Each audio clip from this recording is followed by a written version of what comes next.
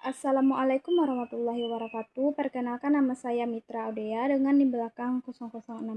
Di sini saya membuat tugas video untuk memenuhi resu mata kuliah pengantar studi Al-Quran dan Hadis dengan dosen pengampu Bapak Dedi Afdal SC MUD.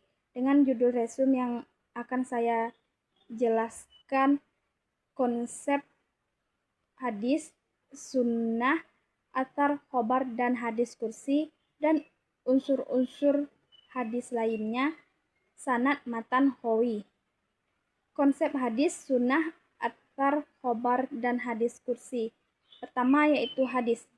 Hadis secara bahasa berarti baru atau berita.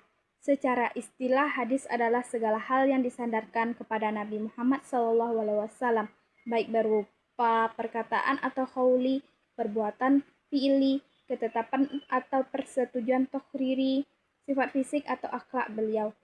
Kedua yaitu sunnah. Sunnah secara bahasa berarti jalan yang dilalui.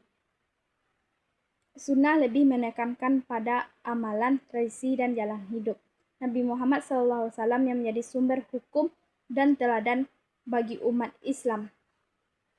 Di kalangan ulama fikih, sunnah juga berarti hukum suatu ibadah yang jika dikerjakan mendapat pahala, jika ditinggalkan tidak berdosa. Ketiga yaitu khobar.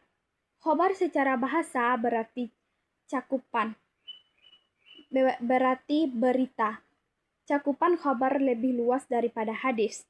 Hadis pasti berasal dari Nabi SAW. Khobar bisa berasal dari Nabi SAW, bisa juga berasal dari para sahabat atau tabi'in. Jadi setiap hadis adalah khobar, tapi tidak semua khobar adalah hadis. Keempat yaitu athar.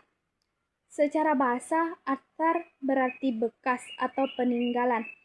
Kebanyakan ulama menggunakan istilah athar untuk segala sesuatu yang disandarkan kepada para sahabat Nabi atau tabi'in, baik berupa perkataan maupun perbuatan mereka. Kelima yaitu hadis kursi. Hadis kursi secara bahasa berarti suci. Hadis kursi adalah hadis yang makna atau isinya berasal dari Allah Subhanahu wa Ta'ala, namun redaksi kalimatnya disusun oleh Nabi Muhammad SAW. Kemudian unsur-unsur pokok hadis. 1. Sanad. Sanad secara bahasa berarti sandaran atau tempat bersandar. Silsilah atau urutan para perawi atau orang-orang yang menyampaikan teks hadis dari generasi ke generasi, mulai dari yang terakhir yang mendengarnya sampai kepada Nabi Muhammad SAW. Contohnya dari Imam Bukhari ke Musaddad, terus dari Yahya ke Syu'bah, kemudian dari Qatadah ke Anas bin Malik, dan selanjutnya kepada Nabi SAW. Dan urutan itu dikenal dengan istilah nama-nama istilah sanad, atau yang disebut dengan sanad atau sandaran tersebut. Kedua matan. Matan secara bahasa berarti tanah yang keras dan meninggi atau punggung. Isi perkataan atau redaksi yang terletak di ujung sanad sederhana. Matan adalah ucapan atau perbuatan Nabi itu sendiri.